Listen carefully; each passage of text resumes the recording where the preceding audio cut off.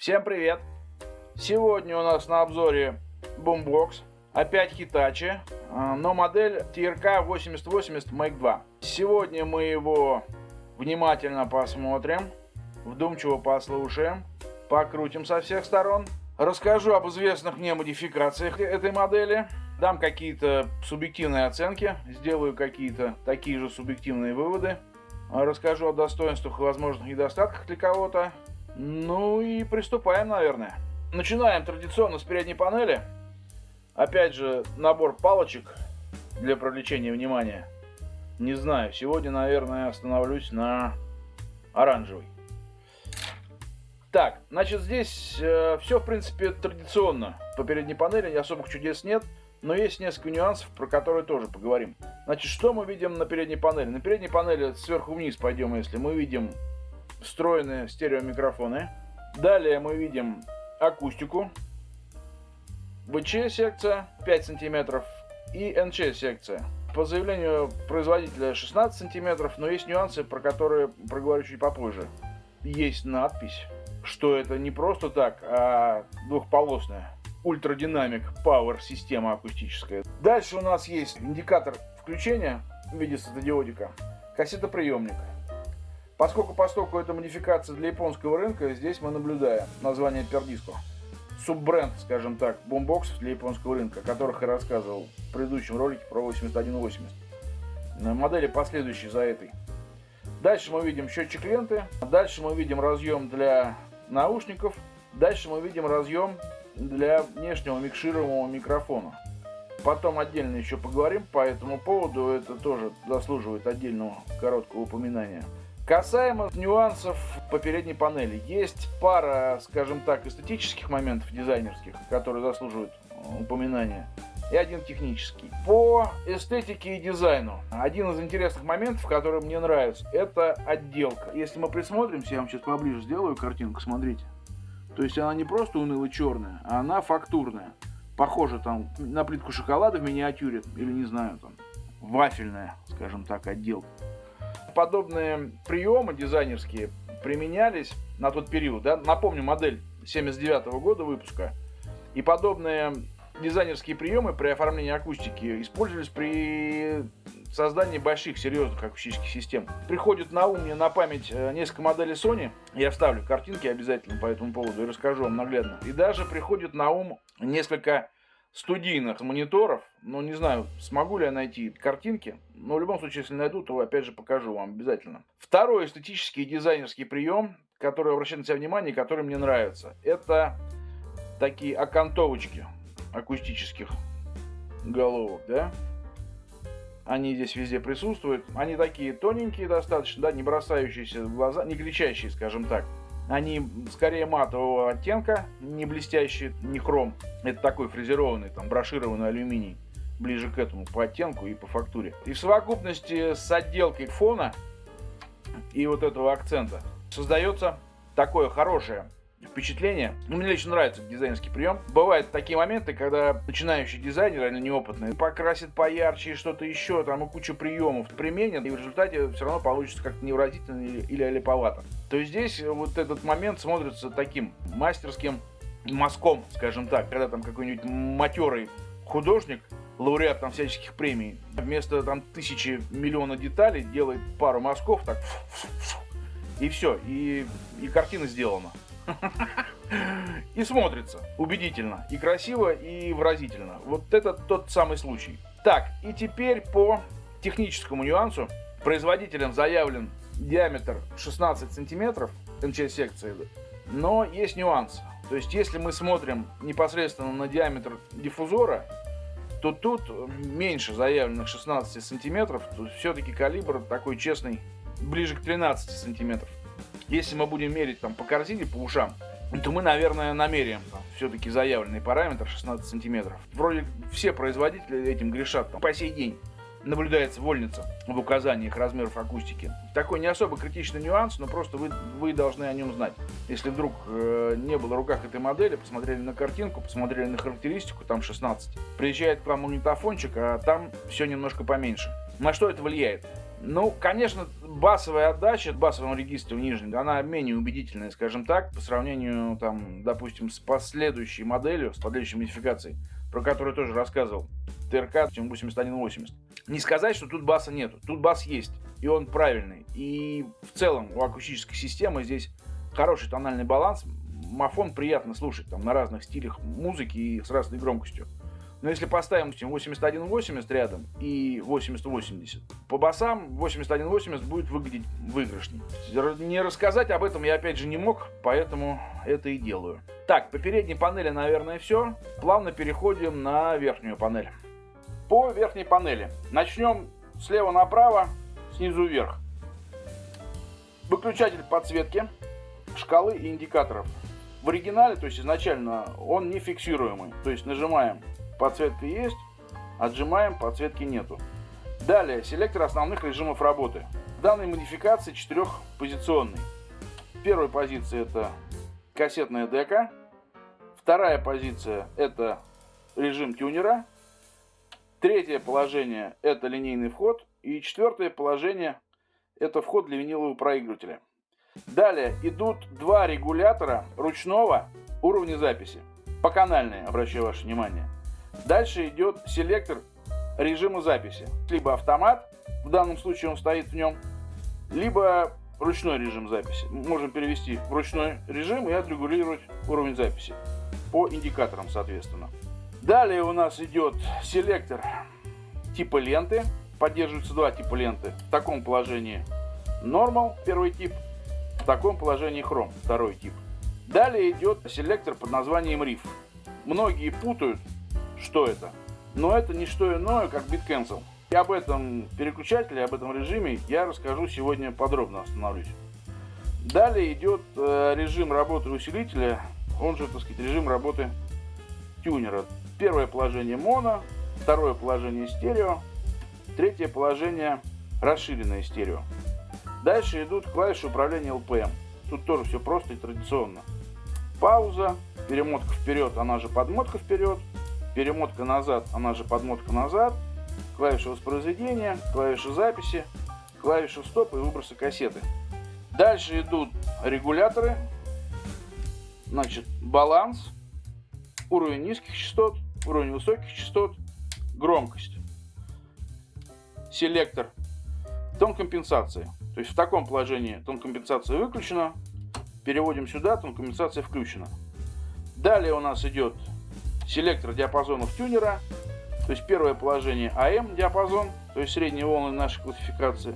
Дальше второе положение FM диапазон, третье положение FM диапазон с автопостройкой частоты.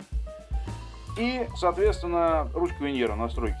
По шкале присутствует два индикатора, которые в режиме воспроизведения, в любом режиме воспроизведения, кроме тюнера, показывают уровень производимого сигнала. В режиме тюнера, левый индикатор нам показывает уровень батареи, там уровень питания, правый индикатор показывает уровень настройки на станцию. А в режиме записи показывает нам уровень записанного сигнала, либо если в ручном режиме мы можем отрегулировать по ним уровень записанного сигнала. Дальше, значит, идет у нас индикатор стереоприема, про который поговорю подробно позднее. Он очень интересненький. Ну и, соответственно, шкала. В данном случае поскольку версия для японского рынка, присутствует два диапазона. То есть FM, что интересно, от 76 до 108, и AM. В нашей классификации это диапазон SV, да, от 530 там, до 1600. Так, по верхней панели вроде все. Какие-то, если нюансы будут по ней, расскажу позднее. Правая панель, на ней отсутствуют какие-либо регуляторы, разъемы, либо органы управления. Но тут присутствует интересный момент. Вот видите, такая решеточка. Причем в случае именно этой модели 8080 и ее там собратьев, вот эта решетка является просто элементом дизайнерского оформления. Но в последующей модели TRK 8180 такая же решетка уже является элементом акустического оформления, поскольку по стоку там присутствуют отверстия по всей площади. Интересный момент, на мой взгляд, который может свидетельствовать о том, что Данные модели и 8080, и 8180, возможно, проектировали в одно и то же время, но выпускались они в разное время. И еще там существует ряд моментов, если вспомню, расскажу, по внутреннему устройству. Когда тоже натыкаешься на подобные моменты, возникает ощущение, что было либо какое-то параллельное проектирование по времени, либо даже, может быть, базовой моделью была 8180, а 8080 как-то упрощали там или оптимизировали. Не знаю, но есть такие моменты, нюансы, которые вот обращают на себя внимание. Если в обычной ситуации, в исторической ретроспективе, сначала бы просто бы спокойно проектировался 8080, а потом как-то эволюционировал 8180, то в таком случае не могло быть некоторых нюансов, которые присутствуют в 8080. Немножко спутанно, может, объясняю, но, надеюсь, кому-нибудь понятно. Левая панель. Тут немножко повеселее, чем на правой панели, потому что присутствует два разъема. Первый разъем — это, соответственно, сетевое питание, 100 вольт, там, мультивольтаж там, или еще какие-то вольтажи в зависимости от рынка сбыта. И разъем, скажем так, бортового питания. Там, яхты, автомобили, катера, кто на что богат. Один нюансик по сетевому разъему. Тут присутствует язычок переключения батарея-сеть. То есть просто имейте в виду. То есть если вдруг вы до сих пор используете батарейки, они у вас будут стоять в батарейном отсеке, и у вас сломан этот язычок, и вы будете слушать от сети, то возможны неприятности. Но это не частый случай, но тоже не мог об этом не сказать. Переходим на заднюю панель. Так, перешли на заднюю панель. Традиционно сверху вниз, слева направо. Телескопические антенны. Далее идут клеммы для внешней антенны FM диапазона. Далее идет табличка. Чуть попозже, наверное, приближу ее, побеседуем по ней поподробнее. Далее идет панель разъемов. Как обычно, дорого и богато, поскольку это японская версия, тут полный набор разъемов и возможных коммутаций. Сверху идут разъемы для внешних микрофонов. Далее идет пара разъемов для подключения винилового проигрывателя. Далее идут разъемы для линейного входа. Нижние тюльпанчики у нас для линейного выхода. Ниже мы наблюдаем выходы на внешнюю акустику. И традиционно для Японии, выходы на внешнюю акустику реализованы на мини-джеках 3,5. И плюс, соответственно, клемма земли в случае использования винилового проигрывателя. Опять же, обращу ваше внимание, вот тут товарищи из Hitachi не сильно парятся размещением разъемов винилового проигрывателя и земли для него, разнесено. То есть, бывают кабели там, сложно. Сложно бывает натянуть кабелек. Так, давайте посмотрим табличку, наверное. Давайте посмотрим табличку. FM-AM, кассет-рекордер, Hitachi, модель TRK 8080 Make 2. Ничего такого тут особого и нет. Указан диапазон тюнеров, питание 100 вольт традиционно для Японии. И в принципе все. Hitachi LTD, Made in Japan. Просто обращаю внимание, может быть, пригодится чуть позднее, когда будем рассматривать таблички модификаций других магнитол. Это может быть нам полезным. Что у нас еще тут? Традиционно батарейный отсек. И больше тут интересного вроде ничего нету. Какая-то табличка на всем понятном японском языке. О чем-то предупреждающее. Она у меня не очень хорошо сохранилась. И я, если честно, не заморачивался переводом. Наверное, какие-нибудь предупреждения о безопасности использования устройства. По задней панели, наверное, все. Это один из общих технических моментов, применимых не только к этой модели магнитолы, а вообще к магнитолам 70-х, 80-х годов, которые хотел обсудить в этом ролике. Момент, касаемый микрофонов и записи с микрофонов. У меня завязалась интересная переписка с одним из зрителей канала. Человек достаточно молодой, моложе нашего поколения, основной аудитории, скажем так, этого канала, и начал увлекаться коллекционированием бумбоксов. Один из вопросов у него был такой. Он говорит, а почему такое количество и многообразие возможных подключаемых микрофонов? И тут, в принципе, ответ очевидный, для нас, кто постарше. Потому что был бум аудиотехники, бум аудио, вообще золотая эра аудио, и в том числе звукозаписи. Это сейчас у нас один смартфон, и ответ на все вопросы. И снимай, и записывай, и делай все, что хочешь. Твори, выдумывай, пробуй. Журнал, кажется, такой был в Советском Союзе по типу юного техника. Вот, а в те годы был бум именно по аудио, да, и в том числе бум по любительской звукозаписи. И от этого, так сказать, вытекает тот момент, что производители шли во все тяжкие, лишь бы угодить начинающим там или любительским звукорежиссерам, или энтузиастам звукозаписи. И поэтому именно у нас, как правило, в любой более-менее уважающейся модели присутствует такое многообразие коммутации, микрофонной, скажем так, и возможности подключения разных микрофонов. И именно отсюда у нас идут встроенные микрофоны. На тот случай, скажем так, полевой записи. Вышел куда-то у нас любитель звукозаписи в поле, в лес или куда-то еще. И тут у него интересная там звуковая картинка, да, возникла. И не отходя от кассы, там, не бегая за микрофонами, сразу можно осуществить запись на встроенные микрофоны. Ну или просто не хочется там морочить с внешними микрофонами. У него всегда будет возможность записи с внутренних микрофонов. Потом далее, как мы видели, да, на задней панели, у нас существуют разъемы для внешних стереомикрофонов. То есть, ну, мы понимаем, что внешние стереомикрофоны — это более качественная запись. Это и стереопанорама будет пошире, и шумов, соответственно, будет внутренних шумов, прежде всего, от корпуса будет поменьше. Ну и плюс еще на примере этой модели, почему я решил об этом рассказать. Смотрите, какая ситуация. У этой модели была первая итерация просто TRK 8080 без Make 2. И основное ее отличие было в том, что у нее отсутствовала панель внешнего микшируемого микрофона, и тем более там с регулятором его усиления. Понимаете, да?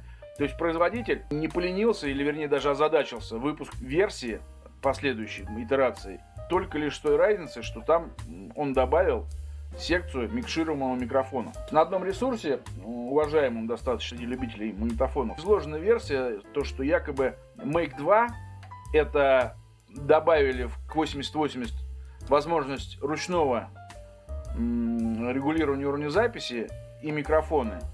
Но на самом деле не так. 8080 изначально для японского рынка, она всегда шла с возможностью регулировки уровня. Make 2 сделали основное отличие, да и, пожалуй, единственное отличие от просто 8080 для той же японской версии, это то, что в него просто добавили секцию микшируемого микрофона. Спрос был, видите, и производители, ну, Япония вообще любит караоке попеть, и, видимо, такой был ажиотажный спрос. Там, ну, маркетологи тоже не зря, и в то время существовали маркетологи, и они тоже не зря ели свой хлеб. Озадачились и сделали отдельную модификацию с внешним микшируемым микрофоном. Так что для тех, кто только начинает свой путь в коллекционировании или увлечениями винтажными бумбоксами, магнитолами, ну просто знаете этот момент. Почему так много микрофонов можно встретить в описании к магнитоле, для разъемов микрофонов можно встретить на отдельно взятой магнитоле? Потому что это было просто популярно у тогдашнего потребителя-покупателя. И производители шли навстречу всяческими доступными и недоступными для них путями. Еще один общетехнический момент, который давно напрашивался к обсуждению, также не связанный именно с этой конкретной моделью, а вообще с магнитолами тех лет, это так называемый переключатель Bit Cancel. В данном случае он называется RIF, но я приведу табличку. От производителя к производителю эти штуки могли называться по-разному. Я сделаю табличку и повешу стоп-кадром, да, можете посмотреть, ознакомиться. Значит, в чем суть этих кнопочек-переключателей? Помимо популярности записи с микрофонов, в те года радио было популярно как источник музыкальных программ, фонограмм. Как в наше время там популярны всяческие музыкальные стриминги, там интернет-радио и прочие какие-то цифровые источники получения музыкального контента, то в те годы основной источник получения нового музыкального контента было радио. Как в FM-диапазоне, так и в AM-диапазоне, то есть диапазон средних и коротких волн. И, соответственно, народу много писало, слушало, там, изучало расписание радиостанций, музыкальных программ и, соответственно, записывало это все на магнитную ленту. И если в FM-диапазоне там особых нюансов у нас не возникает, в случае записи на магнитную ленту, то в случае амплитудной модуляции бывают нюансы. Какого плана? Большинство, конечно, зрителей знает, но большинство может и не знать. То, что при записи на магнитную ленту работает генератор стирания подмагничивания, без которого запись невозможна. качественная, во всяком случае, запись на магнитную ленту невозможно. О генераторах стирания под магничиванием расскажу в другой программе, чтобы не перегружать эту телепередачу. Просто для тех, кто не знает эти нюансы, просто примем как данность. То, что без генератора стирания под магничивания запись на магнитную ленту маловозможна. И у этого генератора стирания под магничивания, соответственно, существует своя частота. В данном случае она, базовая частота генератора стирания под магничивания составляет 57 кГц, но от производителя к производителю, там, от модели к модели, так сказать, эти моменты там могут отличаться. Диапазон, допустим, в данном случае, да, записываемых радиостанций, сам диапазон составляет от 530 кГц до 1600 кГц. Кажется, что частоты не пересекаются. То есть там где 57 кГц, грубо говоря, где-то далеко слева, и где частота принимаемых радиостанций. Но нюанс в том, что существуют гармоники. То есть прямую частоту генератора стирания под магничиванием мы не поймаем к себе на тюнер, скажем так, но мы можем поймать ее гармоники. Надеюсь, все знают, что такое гармоника. Не буду сильно углубляться в физику. Но смысл в том, что на 57 кГц, если мы рядом при рабочем генераторе стирания под магничиванием включим тюнер с возможностью приема частоты 57 кГц, мы услышим на полную работу генератора стирания под магничивания. А гармоника, соответственно, вторая, к примеру, будет составлять у нас там 114 кГц. Там третья гармоника будет у нас звучать там, с соответствующим убыванием уровня, но тем не менее ее можно услышать там третью гармонику на 171 кГц, там четвертую на 228, там, и так далее. И в нашем случае мы можем поймать собственный генератор стирания под магничивания, допустим, где-то 12-ю гармонику, где-то в районе 648 кГц. И в чем практическое применение? Мы слушаем радиоэфир, волшебным образом натыкаемся на прекрасную музыкальную радиопередачу на частоте 648 кГц. Вставляем кассету и начинаем запись. Но вдруг слышим какие-то непонятные искажения. При отсутствии режима записи, при невключенном режиме записи искажений нет, а включаем запись, появляются искажения. И это как раз мы слышим не что иное, как 12-ю гармонику своего генератора стирания под магничиванием. Смотрите, я сейчас специально поставил режим записи его, да, и поймал его на тюнер. Слушаем внимательно. А теперь берем, вот слышите свист? Это не что иное, как 12-я гармоника генератора стирания под магничиванием. А теперь мы берем волшебный переключатель риф в нашем случае. Видите, шум ушел. Шум появился. Ставим другое положение. Этот свист опять ушел. Значит, что делает в данном случае селектор риф, а в других случаях там bit cancel, то есть название, то есть суть одна, названия разные. Таблицу, так сказать, на экране покажу или уже показал. То есть этот переключатель незначительно меняет базовую частоту генератора стирания под магничиванием. То есть в нашем случае базовая частота 57 кГц, в следующем положении 54 кГц и в третьем положении 47 кГц. Понимаете, да? То есть возникает ситуация, интересная программа, интересная музыка играет, но шумы при включении записи. Не шумы, а такой вот. Давайте еще разок послушаем. Слышите свист? То есть вот этот переключатель позволяет отстроить гармоники генератора стирания под магничивания от частоты принимаемой радиостанции, с которой мы хотим осуществить звукозапись на кассету. Надеюсь, понятно объяснил. О назначении генераторов стирания под магничивания и других нюансах магнитной записи я расскажу в других выпусках телепередач, если будут вопросы со стороны телезрителей. Как-то так. Пару моментов, почему меня сподвигло записать вот такой отдельный короткий материал по переключателю там риф, bit cancel и так далее. Первый момент. Народ не всегда знает точно назначение этого переключателя, и тем более начинает путаться, когда идет многообразие там наименований. То есть на похожих магнитолах, но разных производителей, это может называться по-разному.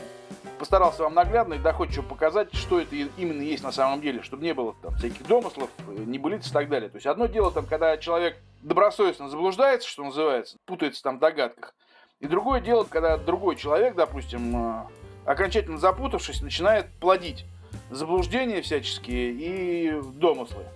в интернет-форумах, там, в роликах на ютубах и так далее. И в конце концов у некоторого третьего зрителя, там, который начинает пытаться разобраться в каких-то расплетениях в голове, образуется окончательная каша по этому вопросу. Вот, это первый нюанс. И второй нюанс, просто в доказательство того, то, что насколько была популярна запись на магнитофон с радиоэфира, то, что вот в конце 70-х на совсем неплохом представителе, скажем так, магнитолостроения, этот переключатель стоит на лицевой панели, ну, совершенно удобный для использования. И мало того, что стоит на лицевой панели, у него есть аж два дополнительного положения. То есть обычно там существует два положения. Только в более продвинутых, там более дорогих моделях производители предусматривали там три положения данного селектора. И опять же к вопросу популярности. В более поздних моделях магнитол разных производителей, да, этот переключатель уже переезжал там на боковую стенку, мог переехать, на заднюю стенку мог переехать. Нам тоже говорит о том, что радиозапись с эфира, она теряла свою популярность, и этот переключатель уже терял свое назначение и становился таким, как бы, второстепенным. То есть одно дело, когда мы постоянно слушаем, мониторим радиоэфир там в поисках радиостанции, там, интересного музыкального материала, да, поймали, хлоп, а тут помеха. Мы сразу ее оперативно отключили. И другое дело, когда мы там начинаем этот переключатель искать где-то там на боковых там и на задних панелях. Ну вот, как-то вот так. То есть не рассказать, не сделать эту оговорку я никак не мог. Я понимаю, что это может быть скучно, но необходимо. Послушаем его на Open Air, чтобы понять его получше, звуковые возможности. Единственный момент, тут у нас в Подмосковье наступила внезапно бабья осень. Где-то плюс 10 днем бывает, плюс 12 даже. Погода сухая. Дачники, а также их строители, пользуясь моментом, колотят, пилят, строгают как не в себя. Так что в процессе записи могут быть какие-то посторонние строительные шумы. Извиняйте, в случае чего. Исходные данные все те же. Домофону примерно 14-15 метров. Полянка где-то площадью 400 метров, то есть там до ближайших строений, зарослей и так далее. Слушать будем через Bluetooth. Вот отсюда. Включаем музыку. Да, вот смотрите. Опа. То есть на нем регуляторы стоят в нуле. То есть и басы по нулям, и верхи по нулям. Регулятор громкости стоит на максимуме у него. Но по Bluetooth я немножко уменьшил громкость, потому что начинаются искажения. Давайте послушаем. Вот видите, немножко он, конечно, на басах перегружается. Надо делать чуть-чуть потише. Ну, это где-то примерно чуть больше половины громкости, скажем так. Где-то часиков 14-15, пользуюсь терминологией аудиофилов. 14-15 по этому самому, по циферблату громкости. Давайте погромче попробуем навалить. Ну, неплохо на самом деле. То есть, учитывая там его 13 сантиметров реальных. То есть, конечно, 20-сантиметровый, там можете посмотреть прошлые ролики, играет лучше, убедительней. Ну, в принципе, неплохо. Но здесь, когда басы начинаются, немножко есть искажение. Приходится немножко уменьшать. Ну, нормально. То есть для Open Air тоже, в принципе, пригодный девайс. Ну, самое главное, приятное, тональный баланс приятный, ровный, так сказать. Нет там чего-то такого явно заваленного или выпеченного. И как бы в целом картинка звуковая хорошо выглядит, приятно. Так, ну ладно, с Open Air, наверное, все. Нам посчастливилось. Никто не помешал нам молотками и пилами. Незаметно подкрался вечер, и я вспомнил еще об одной фишке, о которой чуть не забыл рассказать. Она не очень, конечно, такая прям важная и не очень критичная, относится к эстетическому порядку, но тем не менее. Наверное, многие из зрителей или подписчиков ходили в радиокружки в 70-х, 80-х годах и помнят несколько там волшебных устройств из того времени. И наверняка не могут не помнить то, что самый волшебный световой прибор до массового распространения светодиодов была неоновая лампочка. И вот тут такая штука, я не думаю, что сознательно инженеры Hitachi пошли на это, но, может быть, у них получилось это случайно. То есть они хотели добиться какого-то эффекта, но у них случайно добился побочный эффект. Смотрите, тут индикатор стереоприема выполнен на лампочке накаливания, но под таким светофильтром оранжевого цвета. Камера может врать, конечно, немножко, но вот в жизни смотрится один к одному, как оттенок неоновой лампочки. И это, конечно, смотрится волшебно для тех, кто помнит, что такое неоновая лампочка и как она светится. То есть, ну, это отдельный, отдельный момент, заслуживающий упоминания. Вот, видите, уйдем сейчас со станции, она погаснет. Встали на станцию, стереоприем пошел, лампочка загорелась. Вот, так что я тоже никак не мог обойти вниманием этот момент. Для тех, кто ходил в радиокружки в 70-х, 80-х годах, ставьте лайк. Ха-ха-ха! Прием радио, как говорил, далеко от Москвы, порядка 120 километров. Сначала послушаем средние волны, он там неплохо работает тоже. Потом УКВ. Это у нас средние волны сейчас.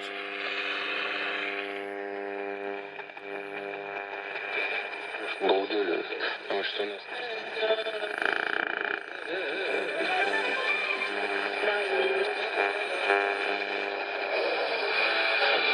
Рулевой Максим Вести здоровья. La România. Meteo pentru următoarele 24 de ore, mâine săptămâna va începe.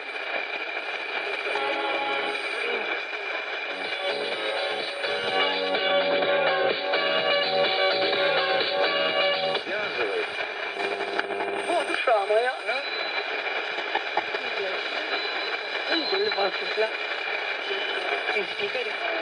Ну и так далее. Сейчас, в принципе, дождь со снегом идет. Проход не особый. Когда проход, вода поет на средних так, как на УКВ. О горчичном зерне и закваске. Не знаю, что за станцию, но очень хорошо. Ну, когда проход получше, прям иногда можно заслушаться. Хамас заявил о пуске ракет. Так, что, УКВ? УКВ стерео слушаем, чтобы было сложно. Сегодня воздушную тревогу объявляли в северной части Израиля. В Цахал зафиксировали несколько...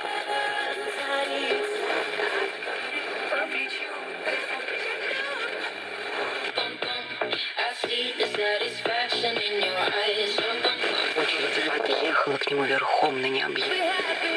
В частности, по понедельникам будет задолго до начала работы над третьим альбомом, Находящаяся в анклаве заложников. реклама.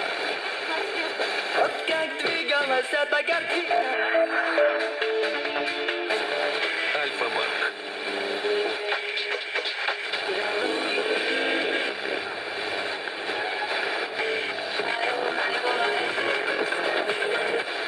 Перебраться в лагерь, объявился в Синайской.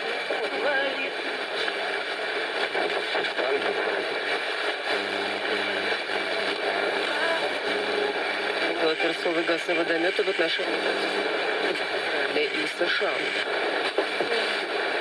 Ну, я собираюсь. Освободители.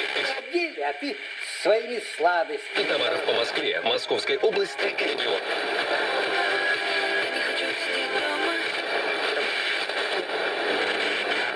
Про звезды, что в тиши. Ну, хороший у него приемник, хороший. Не намного хуже он принимает, чем прям в мегаполисе. Сейчас я свет выключу, покажу подсветку его в темноте. Вот у него родная подсветка, родные лампочки. То есть при ярком свете, конечно, это не очень, но вот так вот в интимной обстановке он очень хорошо светится. Можно еще магию провести прием в этом В ночном режиме. Без освещения. От больших издержек.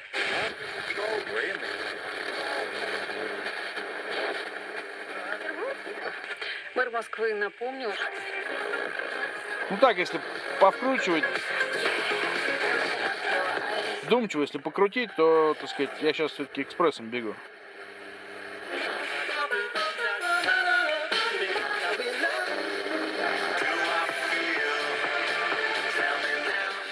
Так, по ощущениям, 80% берет того, что в Москве берется. Ну, в принципе, вроде все. Вроде ничего не забыл. Пришло время поговорить о модификации этой магнитолы. А, соответственно, время пришло картинок. Но прежде чем перейдем к рассмотрению картинок, поговорим об отличиях именно этой версии магнитолы Hitachi TRK 8080 Make 2 от ее ранней версии.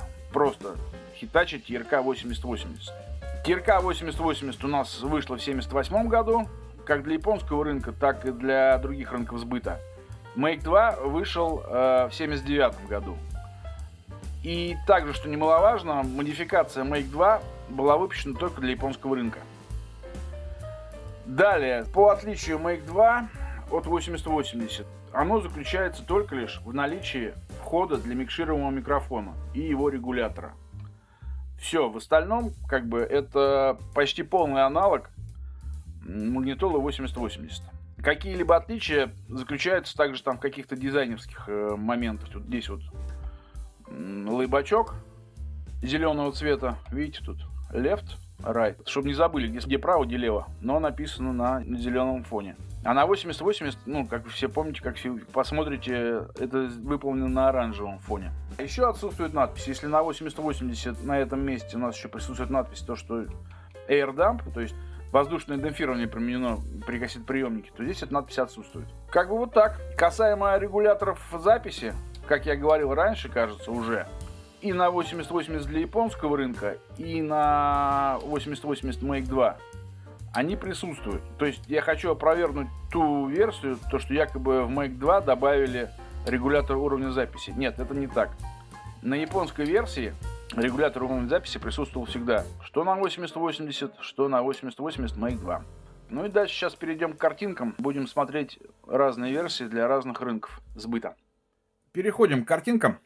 Значит, базовая версия, от чего будем отталкиваться. Я подумал и решил, что будет 8080 для японского рынка. Давайте посмотрим внимательно на ее возможные отличия. То есть вот лицевая панель, и как я говорил, первое, что бросается в глаза, это вот надписи на акустических системах. Видите, там право-лево для забывчивых выполнено на оранжевом фоне. Второй момент, сейчас будет покрупнее фотография, чуть-чуть, видите, air dump. Вот она следующая. Я покажу сейчас покрупнее, видите, air damping edging system. То есть выброс кассеты с применением воздушного демпфера. Далее, значит, по отличиям. Смотрите внимательно. Верхняя панель. И смотрим. Вот, пожалуйста, вам 8080 для японского рынка. Регуляторы уровня записи присутствуют. И все остальные органы управления абсолютно те же самые. То есть переключатель типа записи, да, автомат ручной. Далее тип ленты. Далее риф, о котором я сегодня подробно рассказал. Далее режим усилителя и тюнера. Моно, стерео, расширенное стерео. Кнопки LPM все то же самое. Регуляторы все те же самые. Баланс, басы, высокие, громкость, тон-компенсация, селектор тюнера, ручка настройки. Ну и, как я говорил раньше, соответственно, здесь отсутствует вход микшируемого микрофона. Ну вот крупный планчик на всякий случай дам, чтобы было просто видно. Видите? Касаемо селектора основных режимов работы и прочих моментов, они которые крупно видны. И здесь также на 8080 для японского рынка FM такого же диапазона, то есть от 76 до 108. Ну и один диапазон AM, средней волны по-нашему. Видите, все то же самое. Так, дальше давайте табличку для очистки совести посмотрим. То есть вот у нас FM AM, стерео кассет рекордер, TRK 8080. Тюнер указан 76-108, АМ указан, питание 100 вольт, ну и 12 вольт внешки. Смотрите, табличка Мейка 2. Все то же самое, только табличка выполнена в виде металлизированной наклейки, а не в виде отливки, как на 8080. А все остальное, ну, то же самое. FM, AM, стерео, кассета-рекордер, Hitachi, TRK 8080 Make 2. Дальше сейчас перейдем на рассматривание картинок. Дальше смотрим на разъемы версии 8080. Видите, все то же самое, абсолютно без изменений. Те же разъемы, те же входа-выходы. Так, ну и общий вид задней панели 8080 для японского рынка. Опять же, все то же самое. То же самое, но может быть там наклейка с предупреждениями переехала. Ну вообще с этими наклейками, с предупреждениями там отдельная история. Очень сложно там отследить их. Потому что кто-то потерял табличку, кто-то снял табличку. Так что можно не особо принимать во внимание эти отличия. Переходим сейчас к другой версии. Это у нас TRK 8080 с индексом W. Смотрим на переднюю панель. Смотрите, видите, тут как бы сразу поубавилось регуляторов. Нету регулятора уровня записи. Оформление такое же. Ну и сейчас тюнер мы там поподробнее рассмотрим. Значит, смотрите внимательно. В тюнере у нас уже присутствует 4 диапазона. Это FM, это 2 диапазона коротких волн и диапазон SV. Вот смотрите, и еще раз касаемо селектора режима работы. Если у нас в японской версии, как вы помните, 4 положения, то есть там кассетная дека, потом радио, потом линейный вход и потом вход для винилового проигрывателя, то здесь начинаются боли страдания. Сократили вход для винилового проигрывателя. То есть у нас здесь просто есть дека кассетная, радио и линейный вход. И опять же, как вы видите, отсутствует регулятор уровня записи, но при этом присутствует надпись, что Full, Label, Automatic, Recording, Variable, Monitor, то есть вот все сложные и умные слова. И еще один момент, на который надо обратить внимание. Это переключатель, первый слева, видите? AFC. То есть это автопостройка частоты здесь присутствует.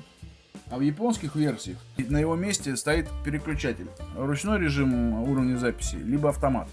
И, соответственно, в японской версии переключение с АПЧ или без производится основным селектором диапазонов тюнера. Вот смотрите, сейчас вам покажу. Видите? AM, FM и AFC. Далее в программе у нас будет картинка с табличкой. И, соответственно, здесь наблюдаем уже FM, SV1, SV2, MV, стерео, кассет-рекордер, TRK 8080W с указанием диапазонов и питание, соответственно, с мультивольтаж. Смотрите, видите? 100, 110, 115, 127, 220, 230 и аж 250. То есть последний диапазон прям не может не вызывать уважения. 230-250. Это, наверное, даже своего рода заявка на победу в плане диапазона напряжений. Прям, не знаю, не страшно слушать на какой-нибудь электростанции, где не очень там с перепадами напряжений. Шутка, конечно. Так, ну и, соответственно, про W я забыл проговорить. W это у нас подразумевается всемирная или глобальная версия, так называемая, которая могла продаваться где угодно, кроме основных на то время рынков сбыта. То есть это Япония, Европа и Америка. Хотя в некоторых источниках указывается какая-то условная Азия. Нет, ребята, всемирная версия это не Азия. То есть W это не Азия. Это всемирная глобальная версия. Ну и вид задней панели этой версии. Видите, смотрите. Вот тут немножко-то опять грусть и печаль. То есть, как видим, помимо того, что отсутствует фона, тут еще есть, я уже забыл, если честно, была когда-то вешка давно, и я уже забыл, что там на задней панели. Ну, соответственно, там точно присутствует линейный вход, линейный выход. И на тюльпанах там, кажется, организован выход на внешнюю акустику. Ну, могу врать. То есть тут некоторая неточность, так что проверяйте мои слова, чтобы я вас не ввел в заблуждение. Еще одна, значит, картинка интересная. Hitachi TRK 8080 с индексом W была представлена в каталогах Внешпосылторга такой страны, как СССР, и, соответственно, продавалась в березках. Вот видите, страничка из каталога 79-80 года Внешпосылторга. Стоила она по тому каталогу 775 инвалютных рублей. Не состояние, конечно, но сумма серьезная. Так, сейчас мы перейдем к другой версии с индексом Е. Индекс Е — это у нас версия для европейского рынка сбыта. Тут, в принципе, все то же самое, как на версии с индексом W, но есть небольшие нюансы. По переключателям в левой части, скажем так, все, в принципе, то же самое. Опять же, лента идет у нас, видите, потом радио, потом линейный вход. Опять замудренная надпись присутствует. Full автомата по записи. Также AFC на месте. Видим, опять же, так сказать, переключение типа ленты. Риф на месте. И режим усилителя тоже на месте. Но, соответственно, по тюнеру видим, да, FM. Один диапазон коротких волн, один диапазон средних волн. И добавился диапазон длинных волн. Селектор тюнера тоже можете посмотреть, все то же самое. Видите? И касаемо регуляторов звука там и настройки, все то же самое, без вариаций. Задняя панель тоже у нас причиняет боль и страдания. Боль и страдания. Почему? Потому что опять видим такие прогалины на месте разъемов. Вход для внешних микрофонов присутствует. Далее присутствует линейный вход и линейный выход, организованный на разъеме DIN. И присутствуют выходы на внешнюю акустику. На этот раз уже выполнены опять на джеках, как на японской версии. Отличие можно посмотреть по антенне, как мы видим. Вернее, не по антенне, а по клеммам для внешней антенны. Видите, тут не крутилочки добротные, как на японской версии, а нечто такое, похожее опять на стандарт DIN для Европы. Так, сейчас посмотрим, наверное, табличку. Вот, смотрите, табличка. Опять же, она выполнена методом литья. Все то же самое, в принципе. FM, SV, MV, LV, стереокассет-рекордер. TRK 8080E. Диапазоны волн у нас присутствуют. FM 87,5 108. Короткие от 6 до 18 МГц. Средние 530-1605. И длинные тоже стандартные. Диапазон 150-350. Так, и 220 тут, опять же, моновольтаж, скажем так. Ну и тут значки всякие соответствий европейским стандартам присутствуют. Дальше, что я хотел вам показать. Ну, еще один вид сверху, посмотрите, пожалуйста. То есть такой цельный. А далее у нас будет самая загадочная для меня версия, потому что она никогда не была у меня в руках.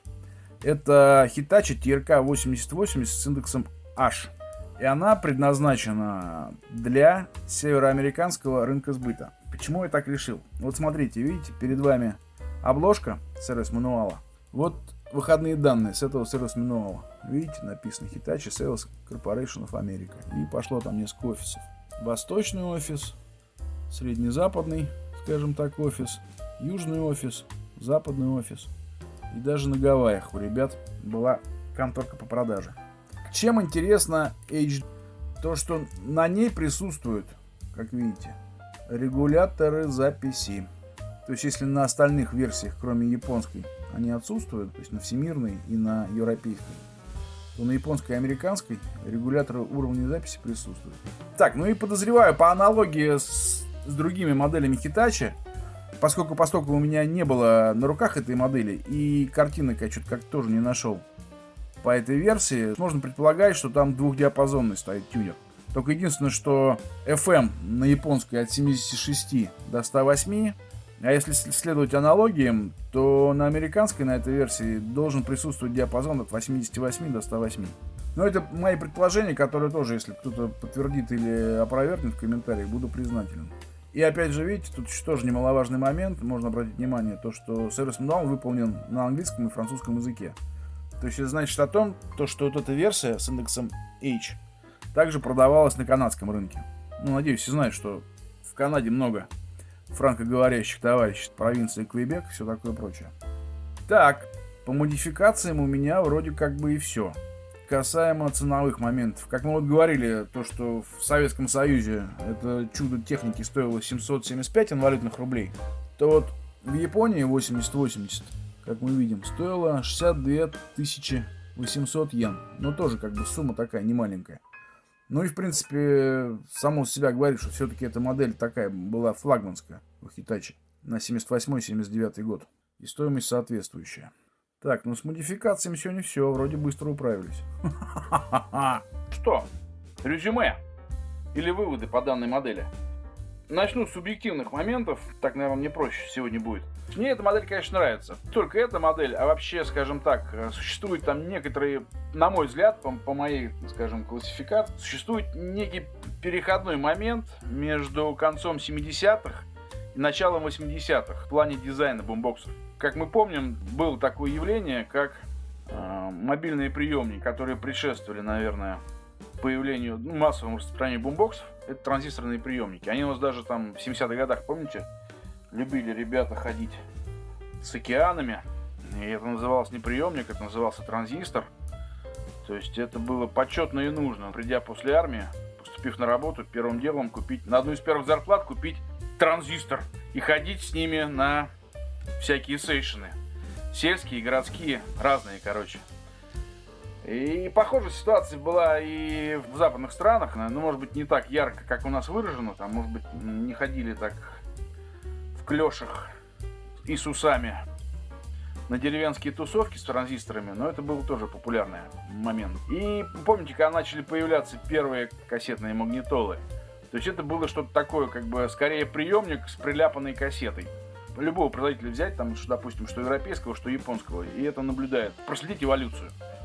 От первого появления там в конце 60-х, начале 70-х и до конца 70-х наблюдалась такая, скажем, эволюция. Смотрели, думали, и так делали, и сяк делали, и стиль бумбоксов эволюционировал и кристаллизовывался. И вот этот, как бы, тип переходной период, там, конец 70-х, мне нравится. 80-80 он является одним из представителей. То есть тут от приемников явное такое начало присутствует. То есть вот этот алюминий, много алюминия, наклонная шкала. И шкала причем такая достаточно, обращающая на себя внимание. Нравится мне эта тема. Тоже можете посмотреть, там, допустим, магнитолы именно вот 78-79 года выпуска. Вы, наверное, лучше поймете, о чем я говорю, чем я сейчас сам пытаюсь выразить мысль. Допустим, можно вспомнить GVC 828, это тоже такой как бы стиль переходной. И потом уже 80-й, 81-й, 82-й год пошел, когда основной расцвет бумбоксов классических, там уже свой стиль выработался, да, и уже, такие моменты, такие дизайнерские вещи, которые более присущи приемникам, они уже отсутствовали, там уже было что-то свое. Там тоже было богатое разнообразие дизайнерских решений, технических решений, но вот от этого уже отошли. То есть, мне кажется, вот конец 70-х это квинтэссенция такого переходного периода. Далее, по размерам и акустике самого бумбокса. К сожалению, нет возможности было поставить рядом с 8180, у меня сейчас нет под рукой. Но, значит, вот эта штучка, она поменьше 8180, не только размером акустики, но еще и внешними размерами, там процентов на 15-20 она поменьше. То есть, кто любит точные цифры, можете погуглить, спеть, там, посмотреть размеры. И полегче эта штучка немножко тоже по ощущениям. По памяти и по ощущениям она полегче, чем 8180. Так, и по отличиям там, от последующей модели, здесь простая LPM. И как мы помним, уже на 8180 присутствует поиск электронный, там, с индикатором, все такое прочее. Здесь поиска нет, но есть хорошая подмотка, она тут очень хорошо работает, мягко. То есть бывают такие, знаете, лентопротяжные механизмы, там заводом-изготовителем предусмотрен режим подмотки, но он так работает, как будто его принуждают к этому. То здесь так достаточно мягко работает режим подмоточки. Не знаю. Вот, видите. К сожалению, что-то не догадался кассетку воткнуть и сеть воткнуть, но я думаю, вы мне поверите. Что еще из плюсов? Звучание. Хороший звук. То есть, если он там не поразит кого-либо, то, во всяком случае, вряд ли кого-то разочарует. Опять же, я говорю, из-за такого немножко скромного размера акустики, тут нет плотности какой-то такой подавляющей басы, как у той же 8180. Но тут хороший звук, который вряд ли разочарует кого-либо. При том условии, что если магнитола исправная. Так, про звук мы с вами проговорили, про дизайн проговорили, по тюнеру. Если посмотрите там, ну вот, раздел, посвященный тюнеру, тут хороший, реально хороший тюнер, что в FM-диапазоне, что в диапазоне средних волн. И как я говорил ранее при прослушивании радио, иногда он так при хорошем прохождении вечернем так хорошо работает на средних волнах, что, блин, путаешься, что это? Что это, FM играет или это средние волны играют? И вот этот момент, запись с эфира, она как бы... Ну, сейчас, конечно, понятное дело, потеряла актуальность, но тогда ничего удивительного, что люди писали с эфира, то есть можно поймать хорошую станцию и там, ну, получить какое-то приемлемое качество по меркам тех лет. Про звук проговорили, про тюнер проговорил. Лампочку вам показал неоновую. Это прям реально волшебство в глазах возрастной публики. По недостаткам, в силу возраста, наверное, есть такие моменты. Желтеют стекла. Желтеет стекло на кассетоприемнике, желтеет стекло на шкале приемника. На этом экземпляре тут еще по желтизне криминала нет. То есть, во всяком случае, на тюнере хорошее как бы стекло сохранилось. Есть там, ну, оно не прозрачное, прям не кристально белое, прозрачное. Есть маленькое пожелтение, но оно как бы не мутное. И крышка тут менее как бы уже, видите, тут, ну, помимо того, что она желтенькая, она еще так начинает немножко, не становится прозрачной. То есть бывают еще гораздо более худшие моменты в плане сохранности стеклышек. Так что обращайте на это внимание при покупке возможной. И еще один момент, это вот алюминий. Слабость алюминия, иногда на нем трескается лак. То есть я понимаю, технология нанесения такая. То есть берется алюминий, сначала на него наносятся необходимые надписи, а потом он сверху покрывается лаком. И это не только китайцы так делали, так много делали производители, у которых были модели с подобными решениями алюминиевыми. И со временем лак начинает трескаться, вот видите, видно немножко, да. И это немножко причиняет как бы боль и страдания коллекционерам. Вот это из возможных недостатков.